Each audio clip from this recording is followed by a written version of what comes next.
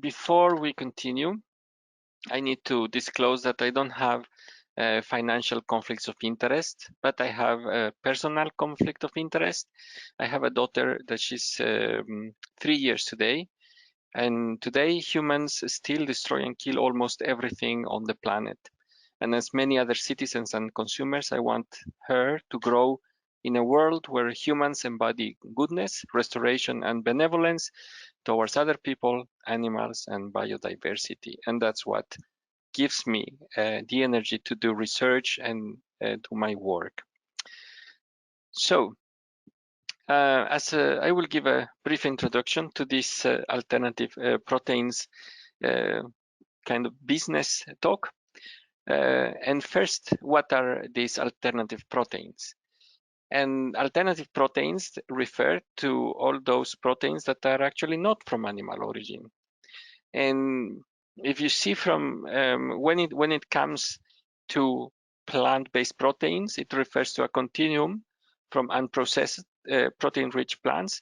And there you have pulses, you have pseudo cereals like quinoa, amaranto, cañawa, or you go through more processed products as they were mentioned earlier, tofu, wheat, and with fermentations, for example, tempeh, to highly sophisticated biotechnology that combines ingredients from multiple plant sources in order to mimic the experience of meat. But that's not the only part of alternative proteins. Alternative proteins are also other relevant sources. There are fungal proteins. You speak about mushrooms, mycelium, yeast. There are side stream proteins, for example, the cake of soy, the cake of beer production, the cakes of oat production, etc. We heard about cell-based cultures or cultured meat, and there are also insects and algae and so on. So what is important here is that when we are speaking of proteins, and particularly from the perspective of the consumers, we should be very careful of not losing the big picture. People usually eat foods, they don't eat nutrients. And when we move the communication towards nutrients, we obfuscate the consumer, we obfuscate the citizen. So we can lose the big picture by reducing food into single nutrients. And there is quite some effort around proteins, but proteins don't exist isolated. They exist in structures, in different kind of structures that are important for human health as well. So, who are today's consumers? I think it's important to address that there is a segment that is growing very much, and it's those that practice conscious consumerism, which is a waiver of people that actually purchase and make their buying decisions driven by commitment to positive social, economic, and environmental impacts. Some examples of that, of course, are the youth that have been mobilizing before the pandemic and the lockdown through Europe and many other places in the world, asking the older generations, basically asking all of us, to stop messing with their future, because it's in their lifetime that climate issues will just come even more evident. It's going to be in our lifetime. So there's a pressure also from the younger generations, and although this figure is a bit old, it also shows that a socially conscious consumer is usually younger, that socially conscious consumer is green, and they believe that companies should support the environment. So it's very supporting the environment is becoming and has become the most important cue from consumer perspective, and these consumers are willing to pay for more socially responsible products and services. So there are different consumer segments. If you think of consumers according to their eating behavior, you have omnivores, and of interest for this talk, we have plant-based eaters, whether they are vegetarian, vegan, pescatarian, or any of those other options that you have, like fructarians and so on. There are different classifications. But of particular interest is the segment of flexitarians. Flexitarians, it's a group of people that has been growing in the last few years. It is a very inclusive category because it includes the name itself. It speaks about being flexible, so it includes very flexible number of people according to their eating behaviors.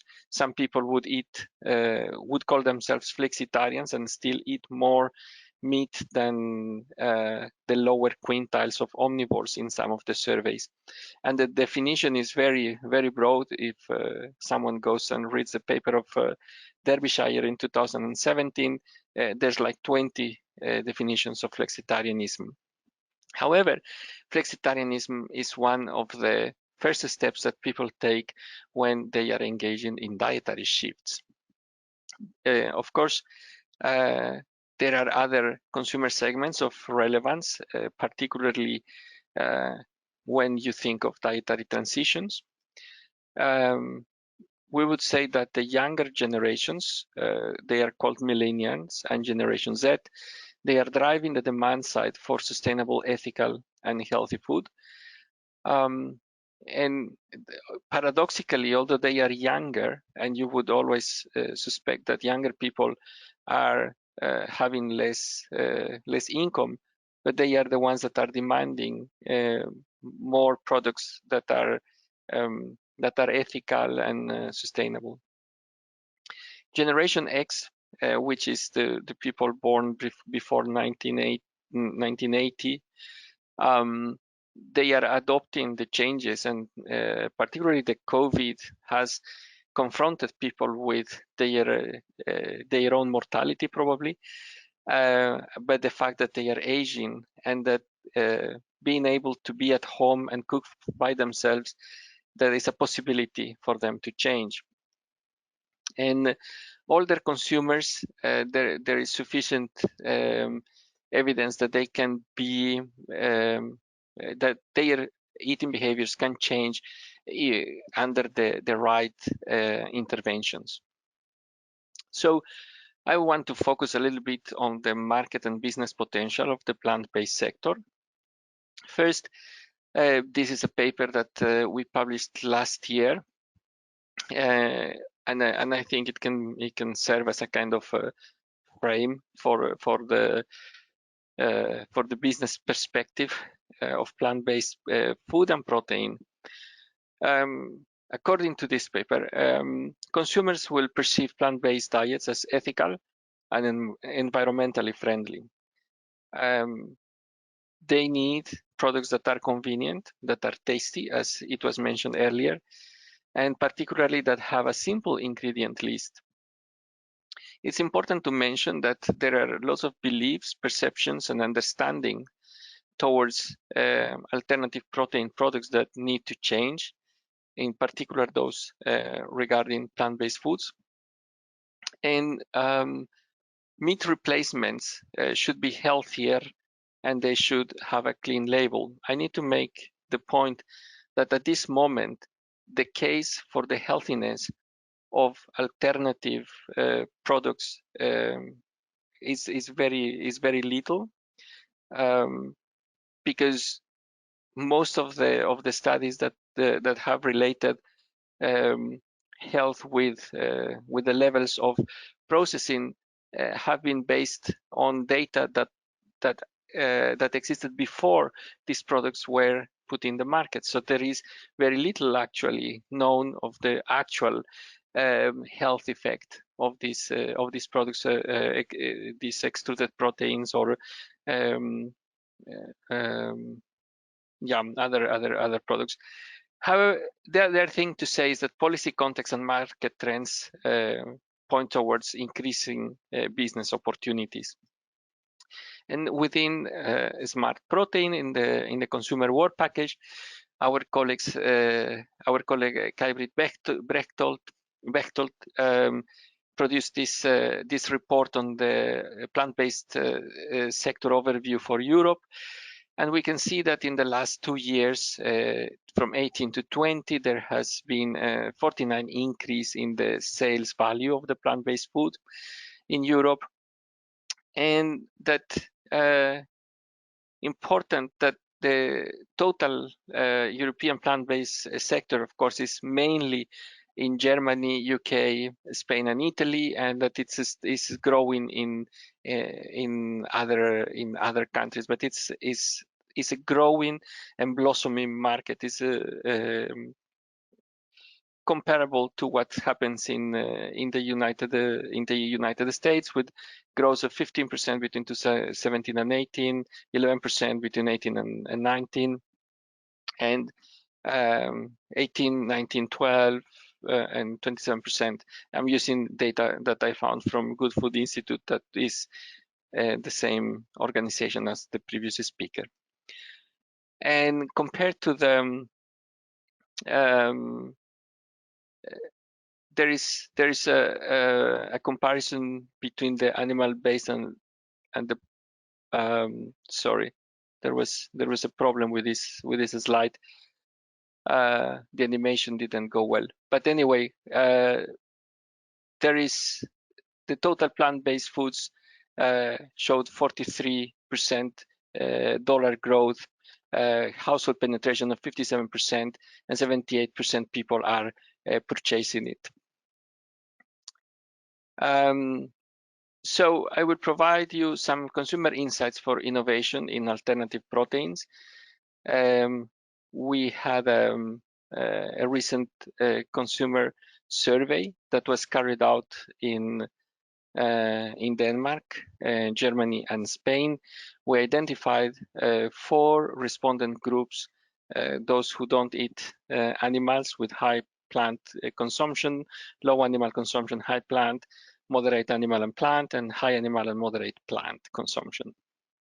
And here, what we see is the interest in alternative protein ingredients in the segments and in the 3 countries.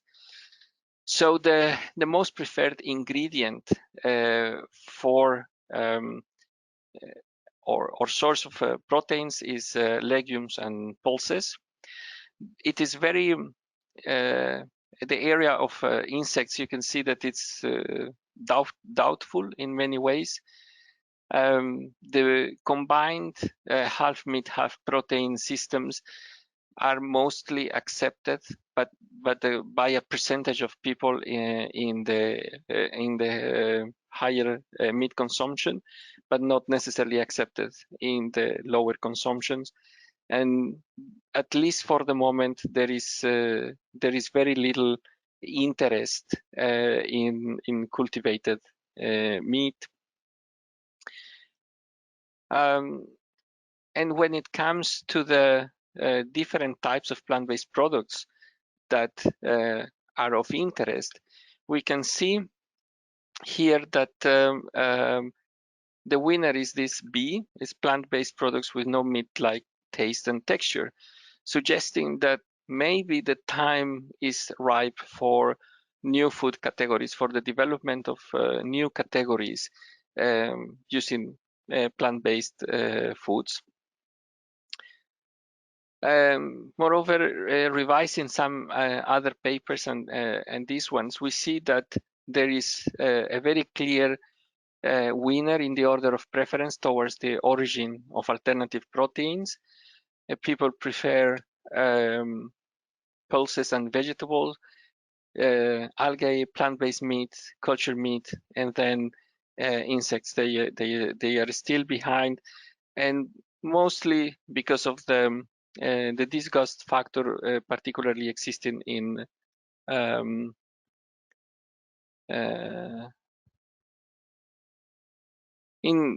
the Western countries. Now I want to mention also the paradox of the paradox of taste and the hedonic experience, because this is a barrier to dietary change and a driver of dietary change. And I think when we are speaking about innovation, it's very important to take into account a barrier to dietary change is that people will declare to be attached to the taste of meat and dairy because of umami content. That's the main explanation. Umami is the deliciousness and is the savory taste. There is a lay belief that unhealthy is tasty, and also there's a lay belief that only foods of animal origin provide sufficient nutrition that will also be tasty. While for consumers that are more in the other groups, it's a driver for dietary change because it increases dietary diversity, complying with the recommendations to eat more fruits and vegetables and foods of plant origin. It actually brings new sensory experiences to the consumer because they are exposed to new textures, to new flavors, to new pleasurable experience at the table. So basically, in summary, consumers eat food, not nutrients, and they vote with their purchases. And we can see from the data, from the market data, that this trend is growing. The market is incipient, but is developing. Foods based on plant proteins are preferred by consumers. Insects, cultured meat, and mixed plant-animal systems are in the beginning of their development, so they are at very earlier stages compared to plant-based foods. The plant-based food market is blossoming in Europe, in the United States, and elsewhere. I think new categories should be developed, for example, protein-rich pasta or spreads, but maybe we need to just be ready for categories that exist on their own right. Consumers' cues of ethical, environmentally friendly, convenient, tasty, simple ingredient list, and healthy are important in future development. And I think taste is a facilitator for dietary change, predicts long-term adherence, and should be advocated as a public intervention. So thank you very much to ILSI for the invitation, and I acknowledge the support of I work now with the Smart Protein and Protein to Food, both European projects. Thank you very much, Armando, for this very interesting overview. So I don't see any new questions from the audience. I'd love to jump in with a question. Thank you so much, Armando. I found that to be fascinating. You know, my question is, you know, the slide that you show, right? It's like it's the spectrum from insect culture, least amenable to consumers, to pulses and other vegetables, kind of whole pulses, being the most amenable. But it just strikes me as like, right, like for me personally, of course, I would love it if everyone ate, if the base case was the kale hypothesis, that people gravitated towards kale and whole vegetables. But when we look at the production volumes in the global system of conventional meat, the data seems to show that, and again, this is to me, that's really on the technology side, the data seems to show that people are only going to gravitate towards things that are absolutely delicious. How do we think about advocating for expanding the definition of meat, or what is delicious, in a world where, frankly, at GFI, we're just trying to create products that cost the same or less and taste the same or better than conventional meat products? Yeah, it's I think it's a very good question, and probably almost impossible to answer. But I think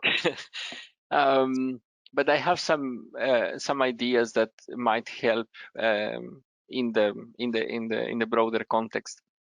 So taste, for example, can be developed combining different. The umami taste can be developed, you know, with the mushrooms and onions and garlic and tomato and so on. So it is possible to get to delicious and nice nice products from that are different somehow from meat. The deliciousness is something that is actually underrated, because people buy what they and rebuy what they like. So I think that's a key factor that we need to to work in a way that consumers will experience the taste also based on the cues we have. So we have done some experiments in the lab, and that I have published some years ago. That it also depends on what you tell to people, how they will evaluate their hedonic experience.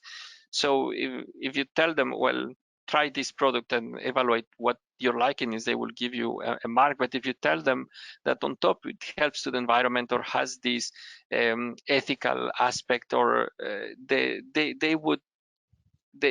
experience would be better of the product. So I think we need to go beyond just what we can measure with instruments, and make a more holistic behavioral intervention, if you know what I mean.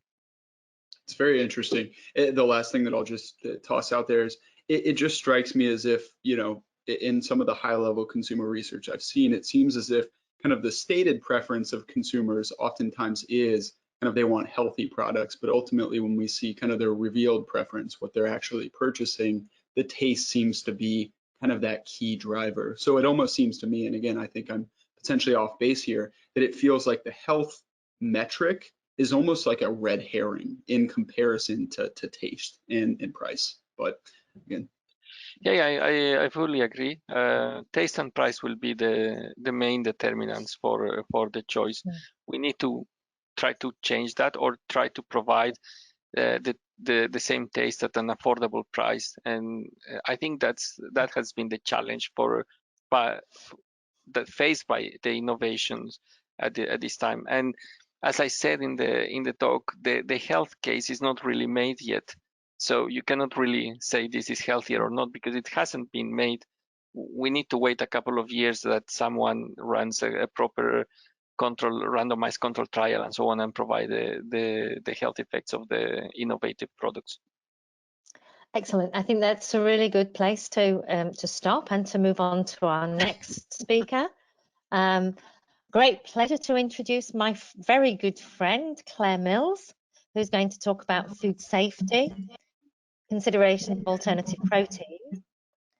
So Claire is a professor at the University of Manchester in molecular allergology. Is that how I say it? Yeah. And has led a number of European projects, and including coordinating an EFSA project called Thrall. I think Claire doesn't really need much introduction. Suffice to say that she's really one of the top experts in her field in allergenicity. So Claire, can I just hand over to you and say thank you very much for joining us. Thank you, Louise, for the introduction and the invitation to speak. And I just want to check, are my slides presenting okay? That's great. Okay, so I will get on without more ado. And I hope that this works. Yes, my declaration of interests, funding that I get from various research councils and industrial collaborations, and includes shares in a biopharmaceutical startup, Reactor Biotech. So, thinking about the title of the talk, I was also considering about where all these different types of alternative proteins could be sourced, and the two talks that precede this have really introduced the topic very well. I've got a slightly different take on it, coming at it from a safety point of view. But we've got things like plant-derived proteins from existing or new crops. We've got microbes. So this is Fusarium venenatum, which is the filamentous algae that is in corn, but we also have other fungi, bacteria. We've got microalgae, things like cultured meat, and insects. So what do we need to think about in terms of their safety? Now, what I'm going to talk to you is very much European based, but I know, for example, in the USA, these kind of novel foods, as we would call them in Europe, and I'm going to say we, because UK legislation is the same as European legislation at the moment. But in the US, you have the concept of generally recognised as safe. However, that still requires the same sorts of information, and you often find data that goes into GRAS applications in the US is also seen in novel foods dossiers within the EU. So in the EU and the UK, we have two different routes whereby these alternative protein sources would be regulated. So the first of these is traditional foods from what are called third countries, i.e. that includes the UK, but the UK would treat the rest of the world like that.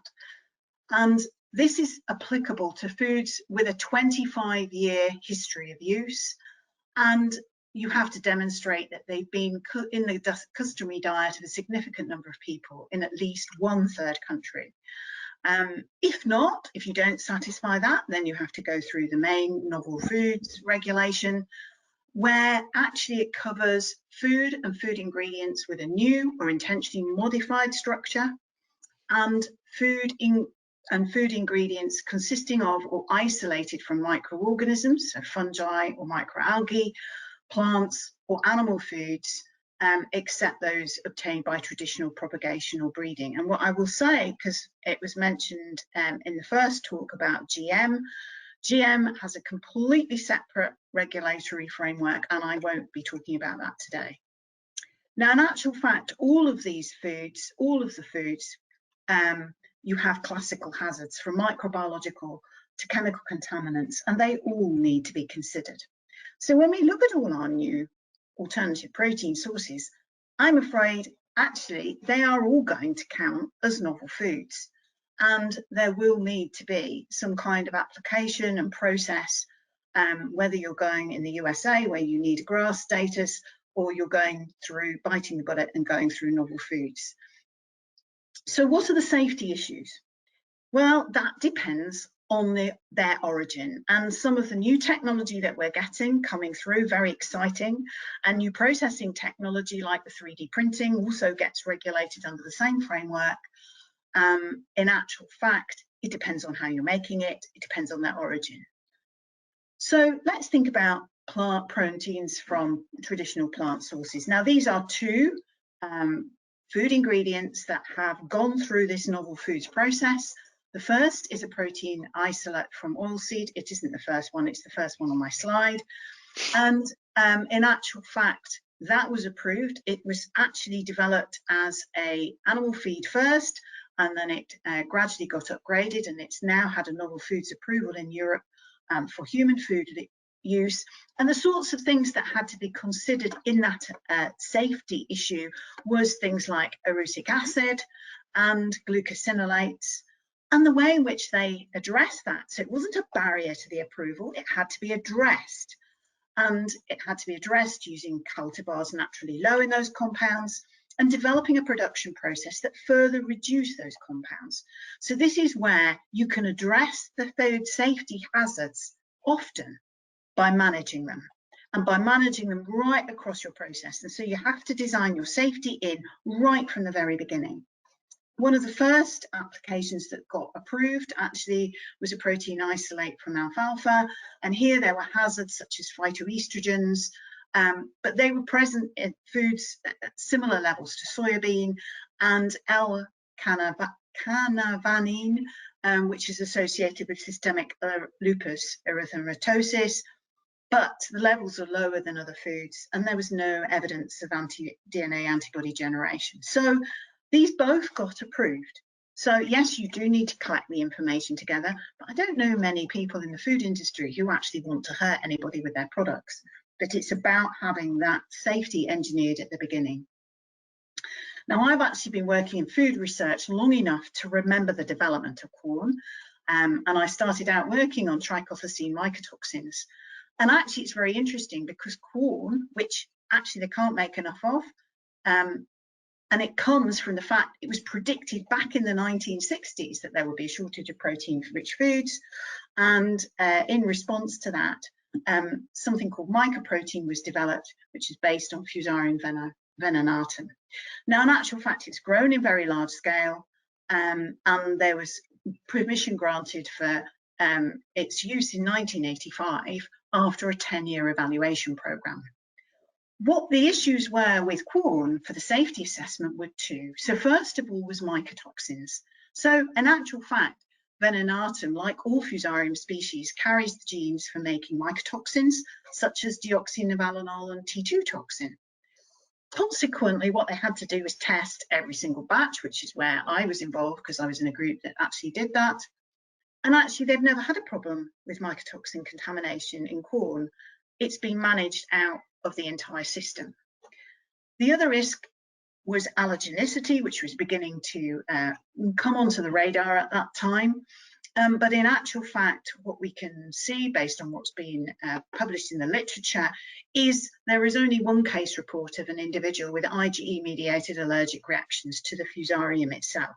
And obviously, there hasn't been the consumption of corn that there has been of other types of foods like peanut, etc., that we commonly think of as food allergens. But it's actually safe, generally safe, and had very few problems. So there's some really good precedents of how to manage it. When we come to think about microalgae, and I have the pleasure of working with Alison Smith from the University of Cambridge, who's an expert in algae, and she's been teaching me a lot. And I have to say, I did not realise how diverse they were, and that it both embraces prokaryotic blue-green algae and diverse eukaryotic algae comprising 20 different phyla. They are very complicated and very diverse. So we can't really put them all in one pot. And actually that means the safety assessments that are done for one particular type of microalgae may not work for another. But there are some commonalities and things that we're going to have to watch out for. So again, toxins, and we've all heard about issues of algal blooms on water causing problems with toxins being produced. And these molecules are incredibly complex to analyze. These are just 3 of them, and it includes things like microcystin, which are hepatotoxins. You've got alkaloids such as saxitoxin, which is a neurotoxin, and polyketides such as ciguatoxin. And some of them are involved in shellfish poisoning, which we classically have heard of, where they get concentrated up inside the shellfish. All the algal species currently used for food do not make toxins, but it might be, if you're going to look at algae, that it will be important to identify whether they have the capacity to produce toxins. And one of the things with microalgae is, because they're small organisms, they have small genomes, and the advances in genome sequencing make it much easier to do this sort of looking for toxin production and predicting it from the genome sequence. And you can manage it exactly the same as you potentially can for corn to ensure that your algae do not necessarily make nasty toxins. There are also other issues about accumulation of chemical contaminants. So PCBs, dioxins, heavy metals, pesticides, all the classical chemical safety issues that we have for all the foods that we eat, they need to be considered.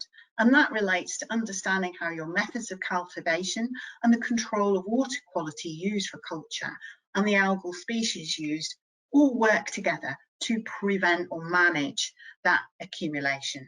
And I think one of the things that I can see, and going through this talk actually was very useful for me, is you can see that actually to make food for humans to eat, you need high quality feedstocks that are going into your production. If they're not high quality, you will get problems in the final product. And it may well be that some of the things that have been published about using waste streams and using marginal land may actually be more difficult if you want to use these organisms for food. Now, it's interesting about insects and the fact that consumers really don't like them. I find it fascinating because the insects of the sea that we eat all the time, which are called shrimp, which if you actually look at them, they really are quite hideous, invertebrates of the seas and rivers. And they are the kind of insects that you might eat and have been eaten in many parts of the world, are actually very closely related to them. We've also always eaten them because there are small levels of insects that are allowed in agricultural products because they're very difficult to get out. So the sorts of safety considerations you need to think about with insects is, well, are you consuming them whole? Do they have parts that actually could represent a choking hazard or all sorts of things you want to remove stingers? So there's issues of removing body parts. They also can accumulate chemical contaminants such as PCBs and dioxins. They can produce toxins and anti-nutritional factors, and there are also concerns about the potential for processing contaminants. Now, interestingly, the European Food Safety Authority published recently their safety assessment of dried yellow mealworm larvae as a novel food.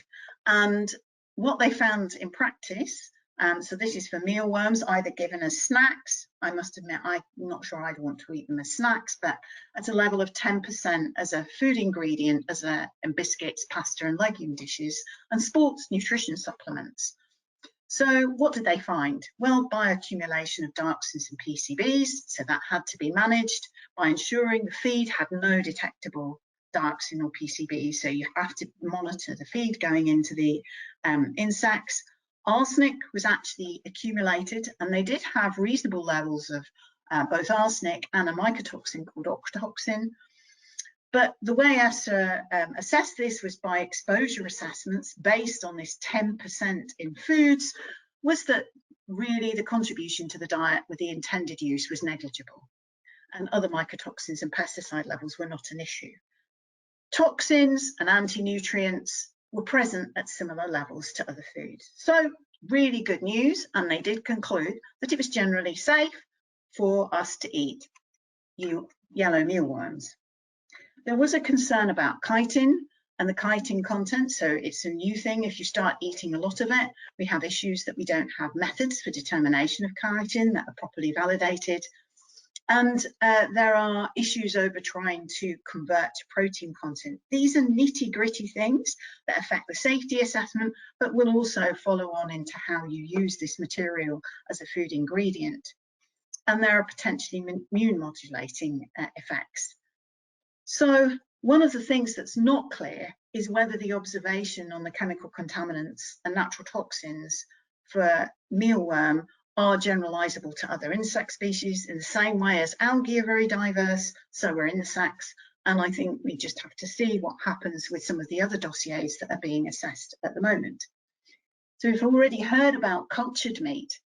And this is really quite fascinating from a regulatory point of view because we haven't ever made cell cultures to eat before.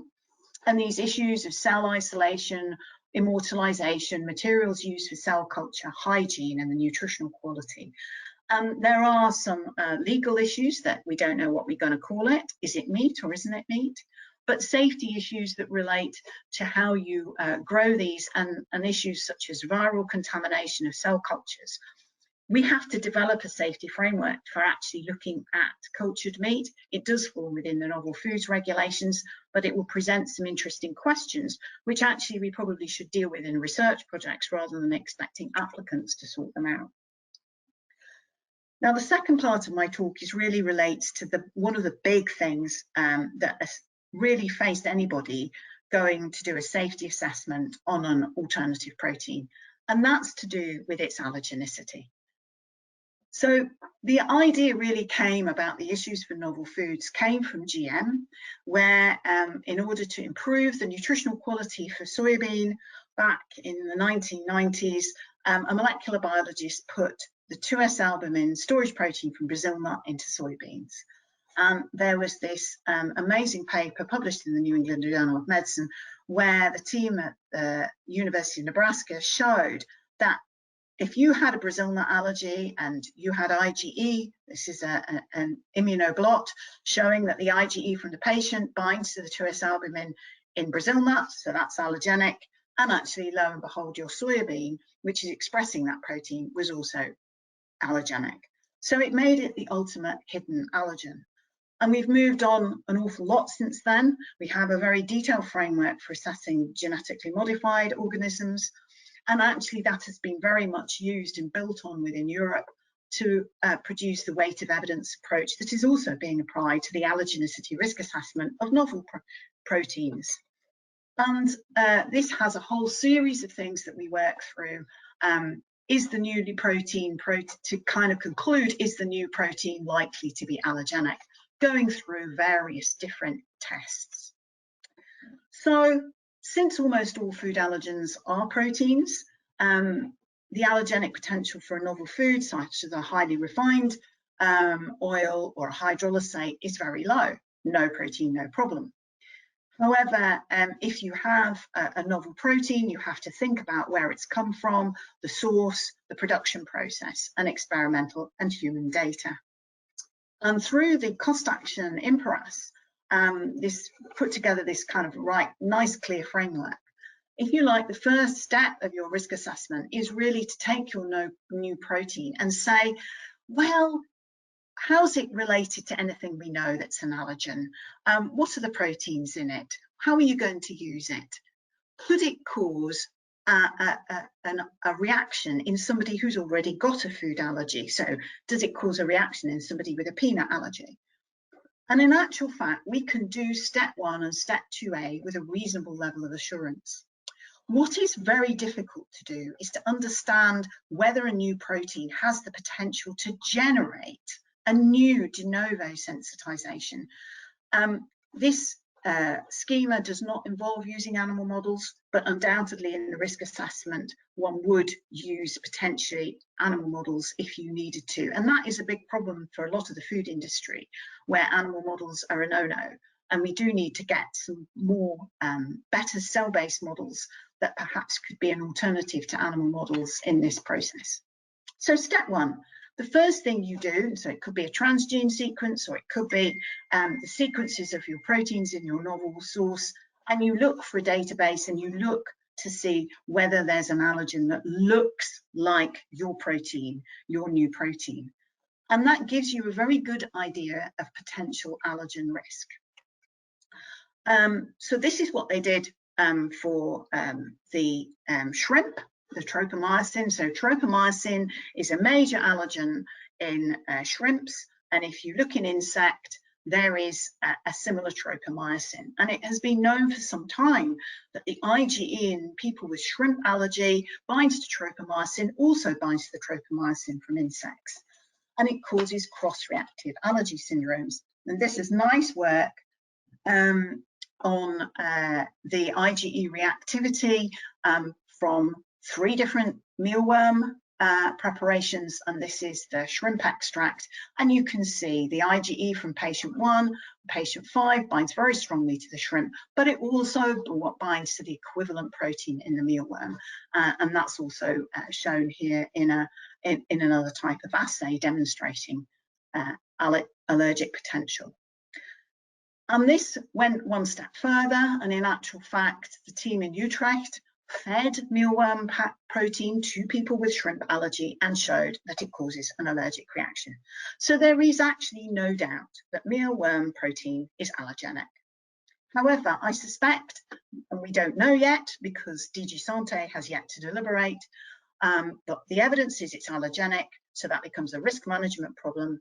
And of course, one of the ways of managing allergenic risks is just putting it on the label. So what they did with oilseed rape protein was that it was very similar to mustard protein, and DG Santé just put it on the label.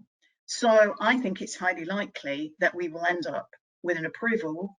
Bets in a sealed envelope. I have no inside knowledge on this, but I think it's highly likely that it will get approved for use, and it will end up having to be labelled. And we will need tools for managing mealworm proteins as allergens. So this is just a quick example about predicting sensitization and the uncertainty of it. So using chia seeds. So we've done many applications for novel foods where chia seeds have been approved, and obviously they're seeds, they're full of protein, and you've got the full complement of proteins there.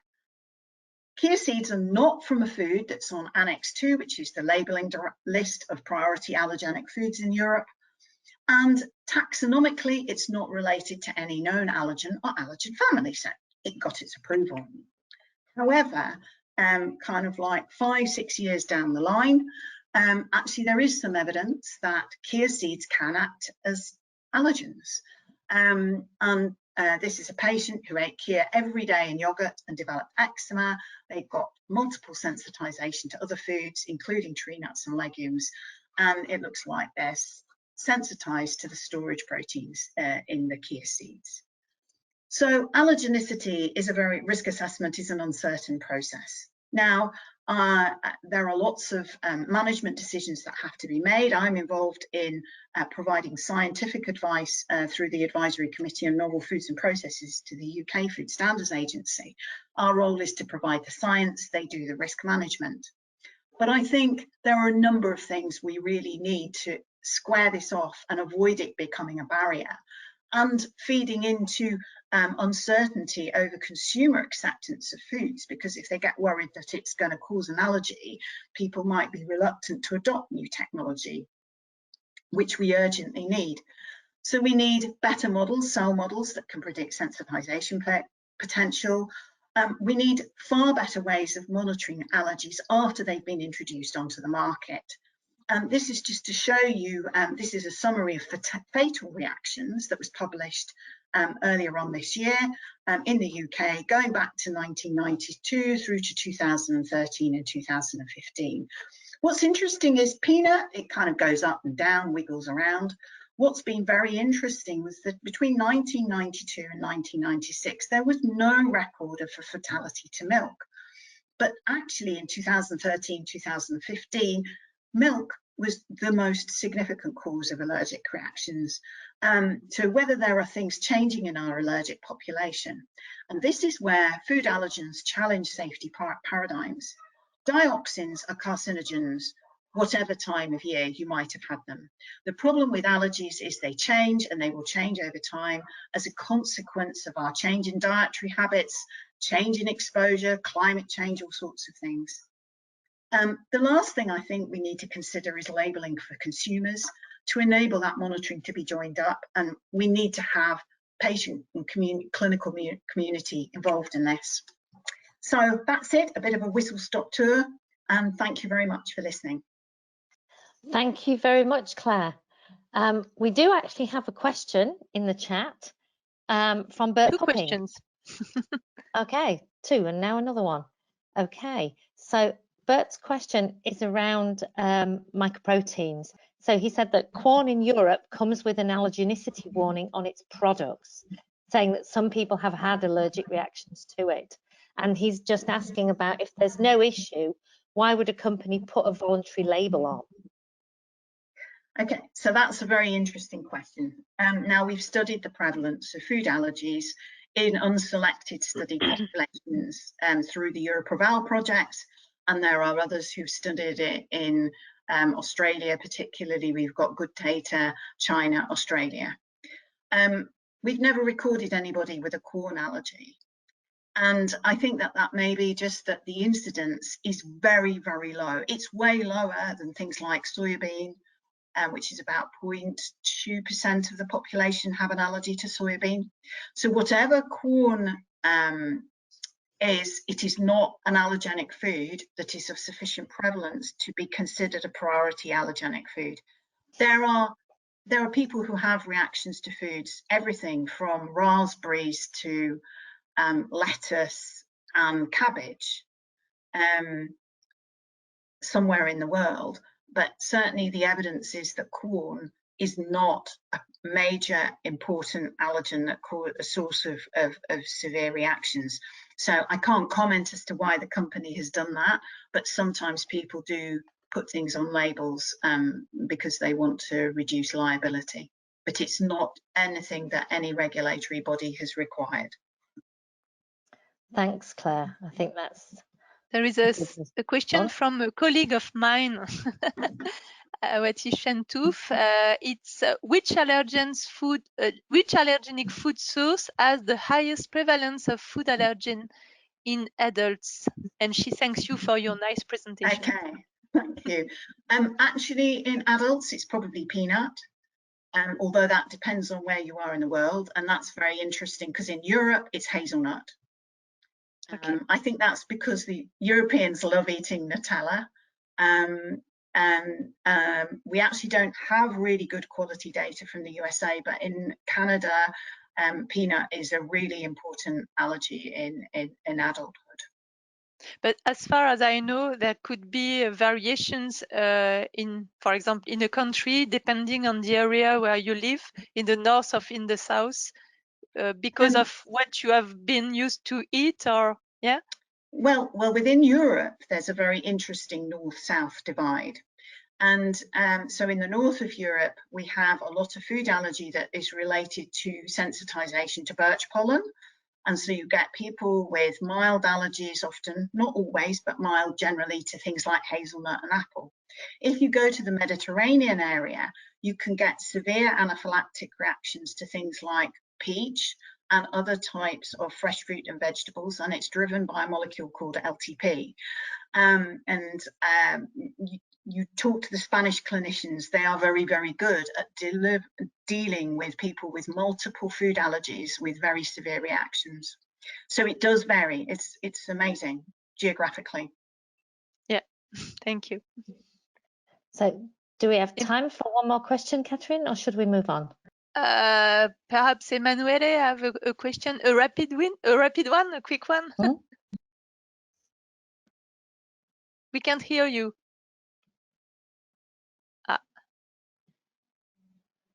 Your microphone is on the right.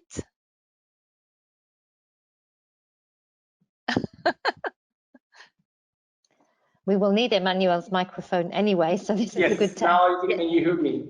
Oh, yes. Yes. Perfect. No, I think I was muted by the organizer, so I couldn't switch off. Claire, thank you so much for the nice presentation. I have a question for you. Protein allergies, do you think it's much more related to the quantity of protein rather than the quality? The protein that we are eating. Yeah. Because you were mentioning, regarding the Kia allergy, and well, a guy was eating every day Kia in the yogurt. Well, it's true to say that if you don't eat it, you won't get allergic to it. Okay, so in that sense, consumption is important, and it may, maybe it says that there are people eating more fruit in the Mediterranean countries than the north of Europe, which is probably actually almost certainly true. So certainly, the more you eat it, the more likely you are to get allergic to it if you are predisposed. But what is quite clear from our epidemiology studies is that the predisposition to becoming allergic is different around the world. So if you go to India, there's almost no food allergy. And in our European study, in Greece, I don't know what they're doing in Athens, but they have the lowest rates of food allergy compared to, say, Zurich or the UK or the Netherlands or parts of France. So this is highly heterogeneous. The capital for food allergy in the world is Melbourne in Australia. We don't understand why this is. And to be honest, until we understand the mechanism behind food allergy, we will never be able to really predict what is allergenic or not. I think we just have to try and manage it and understand what's going on. Okay, thank you very much. So we are now switching to the fourth and last talk. I'm sorry for the question. There are a lot for you, Claire, but we don't have time to answer everything. So this session will be entitled Nutrition and Alternative Proteins. It will be presented by Dr. Emanuele Zanini, PhD in Applied Biomolecular Science and also PhD in Food Science. Emanuele is Senior Research Coordinator at the School of Food and Nutritional Sciences at the University College Cork in Ireland. He is strongly interested in the medical nutritional therapy and was the scientific advisor of the Age 2020 Protein to Food project, and he is currently the coordinator of the Age 2020 Smart Protein project, aiming at developing the next generation of smart protein foods which are cost-effective, resource-efficient, affordable, and nutritious. So, Emanuele, the floor is yours. I think you should speak closer to your microphone because we heard there is an echo. Thank you. Okay, can you hear me better now? Yeah, fine. Perfect. Thank you, Catherine, for the nice introduction. And thank you, everybody, for the organizer for inviting me to this very interesting conference. Let's start with the meaning of food, or actually the evolution of the meaning of food through the last centuries. Now, from the 50s, consumers were perceiving food as a way to get calories, to get nutrients. But then you see, basically, by moving towards the 80s, the 90s, consumers were much more focusing on something more than that. So looking for foods that basically were providing health, prevent from non-communicable disease. And now we end nowadays where food is perceived as a way to treat medical conditions. So you see, basically, there's been a huge jump in terms of the meaning of that food has for consumers. So, but besides the fact that basically the food let's say, concepts being evolved dramatically, at the same time, we saw that this evolution got some cost, and in particular, in the environmental, let's say, in particular, environmental cost associated with food production. As you see here, basically, if we are keeping using our food in the way we're used to for the last, let's say, 50 years, in 2050, we need 3 planets of natural resources to make sure that basically we can feed everybody. And for this reason, also, the European Union actually is acting very strongly in this area, And in particular, they launched last year the new Green Deal, and basically that aim to change the way we are producing, we are processing, we are consuming, and we are disposing our food.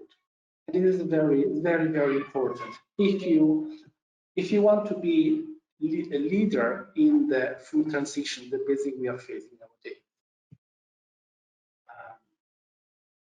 Well, I'm saying this because if you see some of the vital indicators, you see that basically we are in a way we are managing our planet. We see that our CO2 concentration is rising, temperatures now are climbing, and one field is suffering. But in the meantime, you see that basically the population is growing, and even as more people than ever before are overweight and obese. So definitely there is something wrong, something that needs to be changed, and something needs to be changed now. So. And this actually is particularly evident when we see the different food system limitation that basically we are facing nowadays. As you see here, pointer, yes, here we see basically one out of 3 people suffer from malnutrition. We have a third of our food is basically wasted, got in the bin. And our food is also too rich in fat, sugar, salt, and meat. So we need to restructure the way we are receiving food. And also at the same time, we are producing this food at the expense of the natural resources. So definitely we need to also make sure that the different actors that are playing a role in the food system will start speaking the same language. So we need to remove this silo thinking behavior among different players in the food system, starting from government, producer, consumers, and business people. So smart protein was actually aiming to start producing differently and eat differently in a way that basically the food we're gonna be produced will be healthier, and also we are aiming to make sure that we have a fair income distribution and not among the actors in the food system. This is something that's very important, and also to in a way give a knowledge, the key role, in particular the primary producer have in preserve and protect our planet. Definitely, of course, as you see here, in 2050, there is a question mark in what we are going to hit. So, and that's why we are now, the new Commission is actually investing a lot of effort financially in basically developing alternative solutions that basically will help us to move towards a fair and just transition. And of course, in doing this, we have to answer 3 different questions. How to ensure nutrition, healthy, and sustainable food for everybody, how to set up a food circularity, and how to restore diversity. Well, this is the main answer, the main question that basically Smart Proteins try to answer with an impressive consortium from 33 different partners. You see mainly from Europe, but also from States and also Israel and Switzerland. So, and we're a very good team. We are making sure that basically we are taking into consideration any step that basically need to taken to make sure that basically we can deliver and reach a safe and just operational space, because that's what is more important. Of course, beside the number of parties that basically involved in this project, is mainly focused on plant. And there is a reason why. Because is one of the few protein sources that basically are intimately connected with the environment.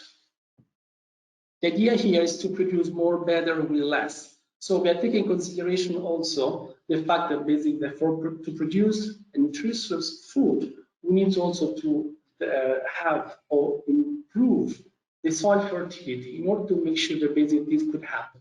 So we are taking a holistic approach, in particular, entirely from farm to fork. Different sources will be taken into consideration, but the byproducts from pasta, bakery, and brewery side streams will be used for growing eastern mushrooms, and also chickpea, lentil, quinoa, and fava bean will be the protein source that really will be taken into consideration. We're starting from selecting varieties, developing new processing, extraction, and fractionation, and then on food development. Of course, the main goal is to deliver a wide range of food products from fish and seafood, pastry, cheese, meat, infant food, and milk alternatives. Of course, the main target, the main challenge that we are facing at the moment is to make sure that basically the process and the product that we're going to develop will be natural, will be tasty, will have an appealing texture, appearance, but also be affordable. So this is another aspect that basically most of the time companies that are developing alternative food, alternative plant-based products, they're not taking consideration.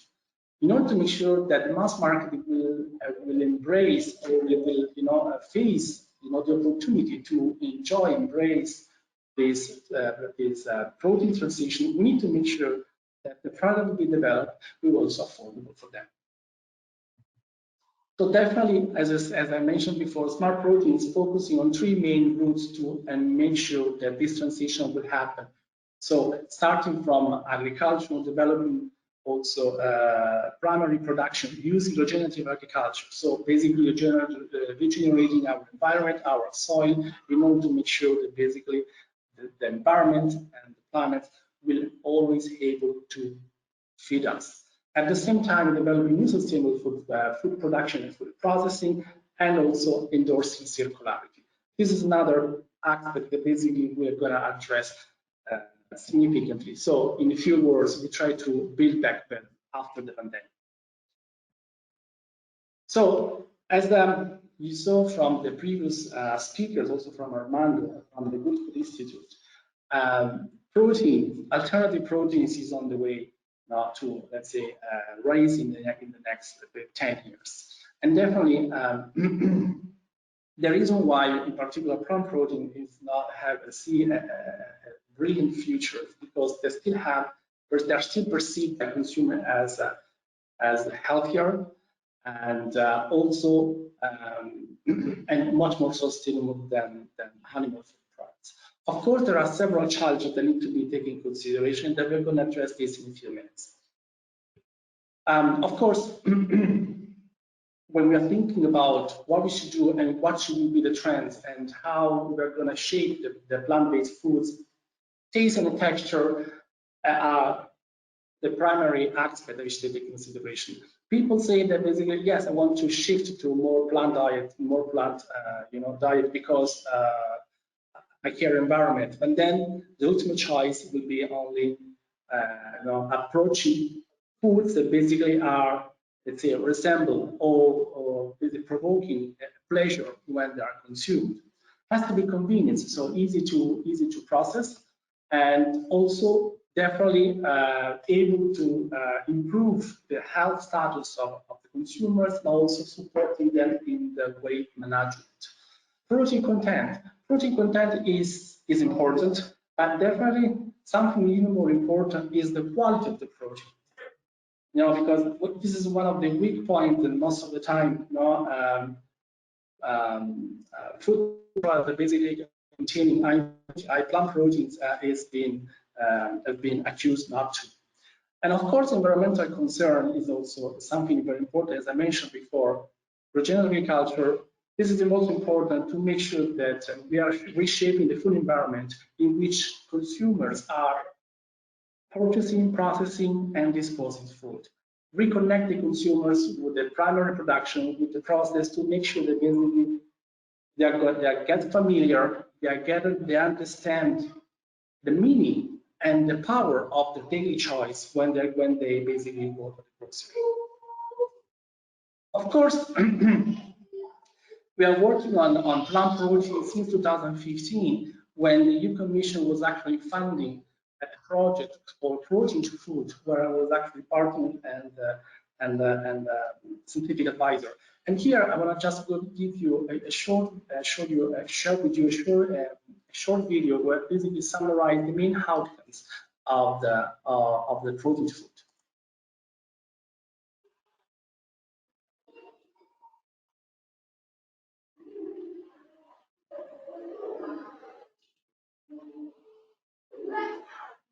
I don't hear the sound, so that's video. Can someone else tell me if the sound is there? We can't hear the sound. Yeah. Okay, so let's move to the next slide. Stop it here. Video. But definitely, there is a Protein to Food website where basically you will have a chance to see all the outcomes that basically have been published, has been achieved, all the scientific publication has been released, and they are basically open access. So everybody will have access to the outcomes that's been delivered. Here, I want to just give you a short overview about the main achievement we got on Protein to Food. And as I mentioned before, we were now targeting different plant protein, and one of them was actually lentil. And here you can see, and we were using lentil for basically developing infant food formula, plant-based infant food formula. As you see here, when we're talking about plant protein, definitely there is so many advantages, but also there are some challenges that basically need to be faced in order to make sure that basically the full potential of this protein will be embraced. First of all, the food map content. This is something very important that potentially most of the time companies are underestimating. The food map actually are considered main responsible for IBS. In Europe, around 20% of people suffering from different degree of IBS. So there are fermentable oligosaccharide, monosaccharides, and polyols. And in particular, legumes are quite rich in these compounds. So their extraction process and the fractionation actually really help to reduce significantly the amount of these compounds that basically could potentially challenge our consumers. At the same time, also here in particular, we were comparing two different extraction process. And you see basically from isoelectric precipitation and ultrafiltration. So two different extraction process from lentils. And you see basically that both processes were helping us to significantly reduce the food map content and also the trypsin inhibitors, so the anti-nutrients that basically sometimes are associated with the legumes. And also definitely improving the lentil protein digestibility. So you see, by processing the raw material, we can actually deliver ingredients that basically will match the nutritional quality that basically we are looking for.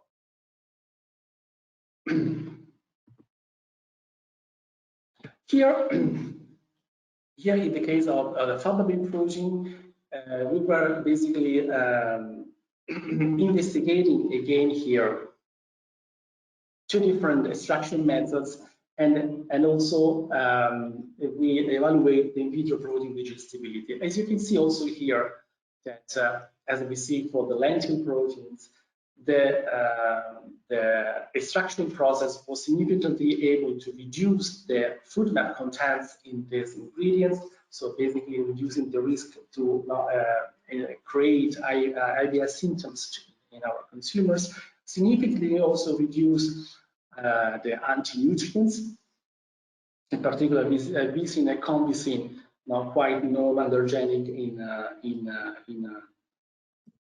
in fababin, and also the in vitro protein digestibility was significantly improved as well. So as you see here, there is a plus and a negative aspects in processing legumes protein.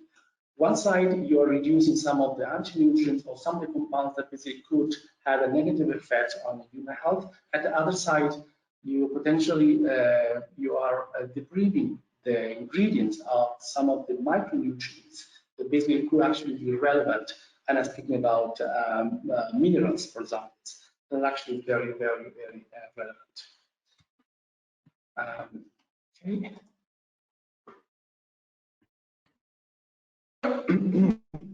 As I mentioned before, in this work, we were actually using lentil protein for developing an infant food formula.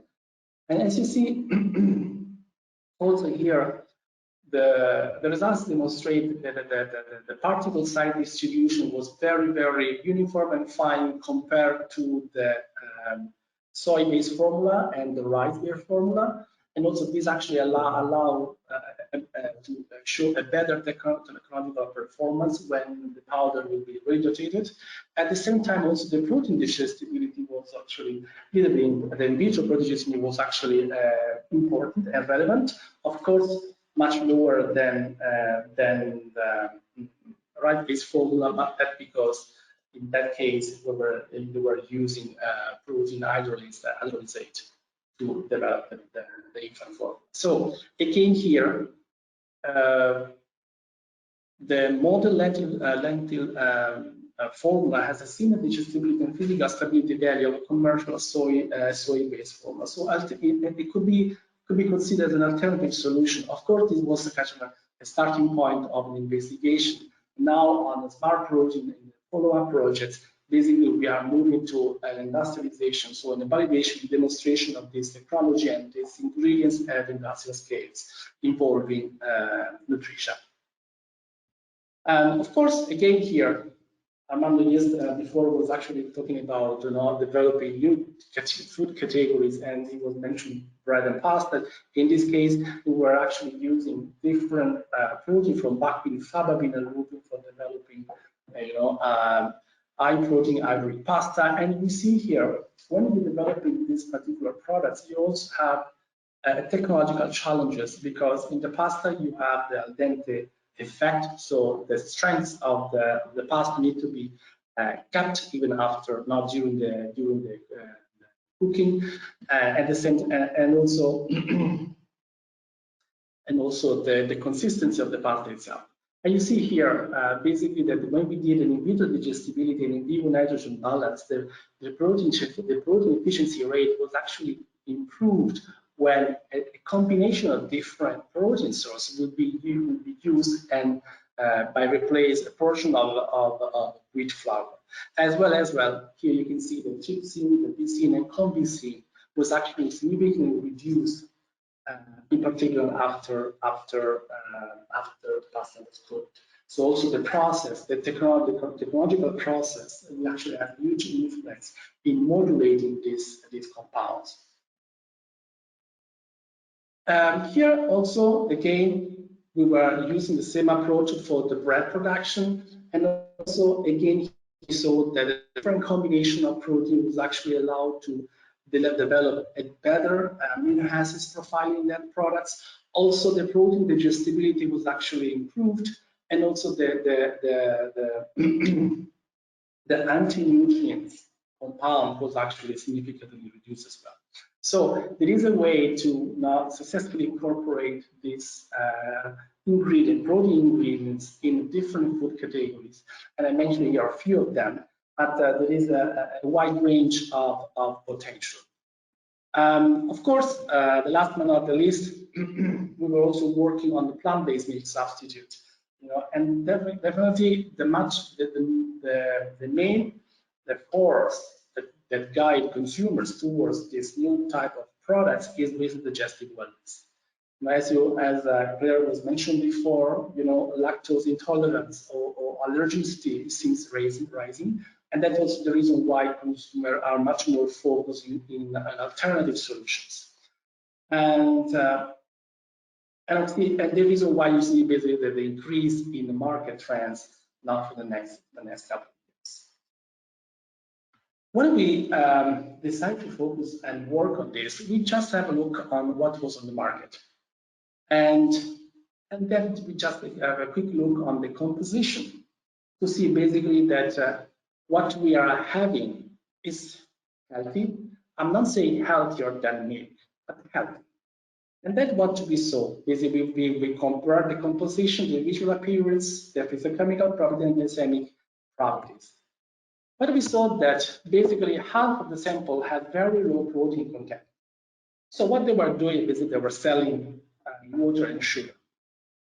And only soy was actually the milk, the plant-based milk, basically could have a considerably high amount of protein. And also you see basically here the separation rate was basically show a poor suspension stability without stabilizer. Only soy-based products show good results. The carbohydrates, consider low carbohydrate content, rise due to the starch. The starch basically showed very high glucose content. Also, you see basically in vitro glycemic index. You see the coconut and the rice milk was basically very, very high. So when you approach this product, you think it's much healthier, or this could be an health solution for your problem. But then when you look to this data, you see basically you have to be careful when you are choosing what you're purchasing. So definitely products with high glycemic index, low protein content, low suspension stability, low mineral and vitamin content, especially when compared to milk. So definitely there are room for improvement. Now, using different technology, different ingredient, processing, enzyme fermentation. Here are just the last slides. I want to show you basically what we did. And we were using here, in this case, we were using completely different approach. We didn't functionalize, we didn't purify protein. We used the whole flour, in particular starting from quinoa, and using different enzymatic process, amylase and protease. We were able to improve protein solubility and the protein content in this water extract, also to convert the glucose in fructose by glucosamine, and then by fermentation we were converting fructose in mannitol. So basically reducing the glucose content, but also the glycemic index. So there is a way to improve basically the products technologically in terms of texture, flavor, but also a nutritional aspect.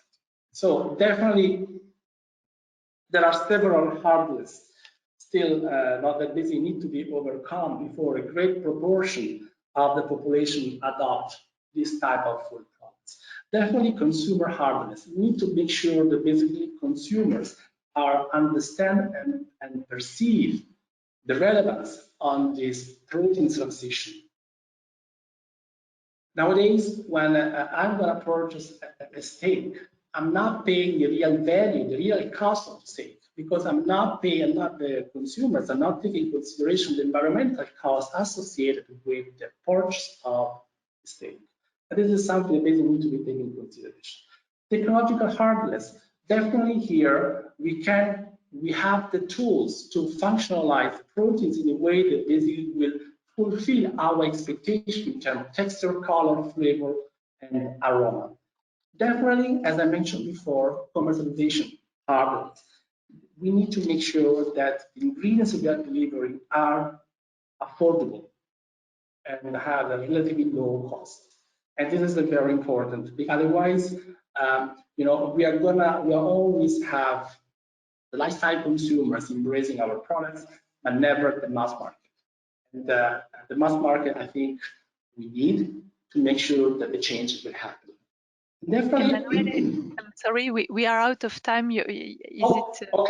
The last nutrition. Thank you. Definitely, we understand basically how the impact of differences in protein digestion, digestibility, absorption, satiety, amino acid profile, and allergenicity. Thank you so much for your time. Thank you very much for your really interesting presentation.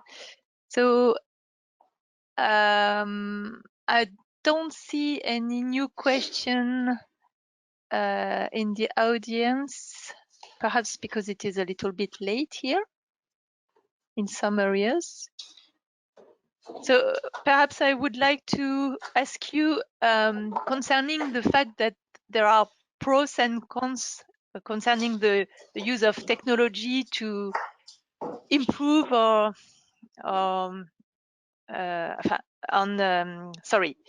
to improve proteins or not. How can we manage the problem of ultra processed food perception in the consumer, from a consumer perspective? Well, this is a quite challenging question. Definitely, this is an aspect that basically we have to take in consideration and not underestimate when we are developing alternative food products. And particularly because people say, okay, I'm eating meat that contains just one ingredient, and then you ask me to replace this meat with someone else that basically mock meat, but that contains 20 ingredients in. So also there is a big point, and there's a question mark on sustainability. Again,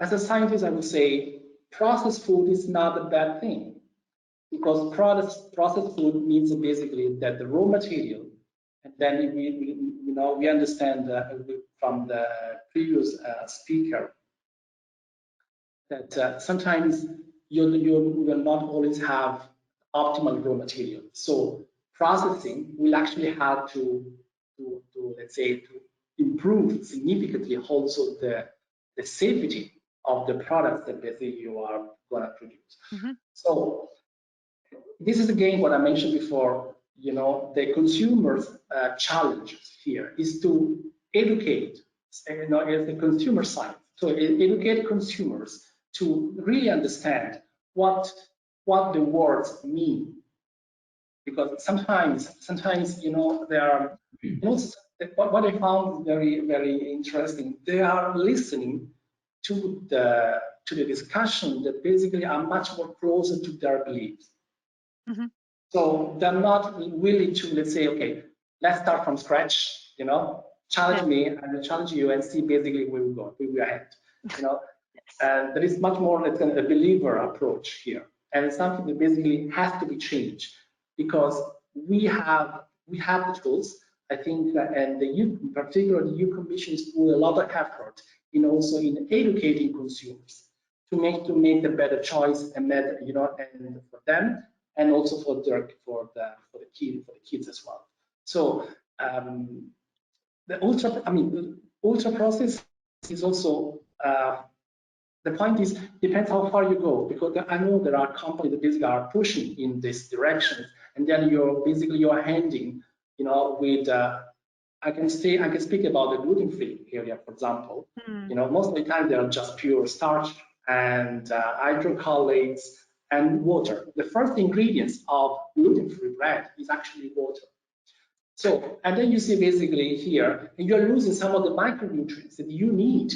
And then when people say vegan or vegetarian diet is much healthier than others, then you have to step back and say, hold on, it's healthier if we are considering all the nutrients, the micronutrients that basically that we can get from the raw materials. But when we are moving to highly processed food, this concept, granted concept, is not that granted anymore. It has to be basically really taken into consideration. Thank you. Stefan, I think we don't have any more time for a question. Yeah, sorry. Sorry for people who asked lately. I would like to thank our co-chair, Dr. Louise Dye, Dr. Catherine Millot. I want to thank our 4 speakers. I think it was a very enlightening session on a very timely topic, a lot still to be done. I hope we will be able to follow up in the years to come with another session on alternative protein. I invite you to join us to our next session in 2 hours. Might be late in Europe, will be early in Asia, but it will be also a very interesting session on greenhouse gas from the food supply chain, path to mitigation and sustainability. We're lucky to have Dr. Ratan Lal, the 2020 World Food Prize, that will also speak to us. So once again, thank you all, and I wish you a good evening or a good day, depending where you are. Thank you so much. Thank you very much. Thank you very much. Thank you. Bye-bye, everyone. Bye. Bye.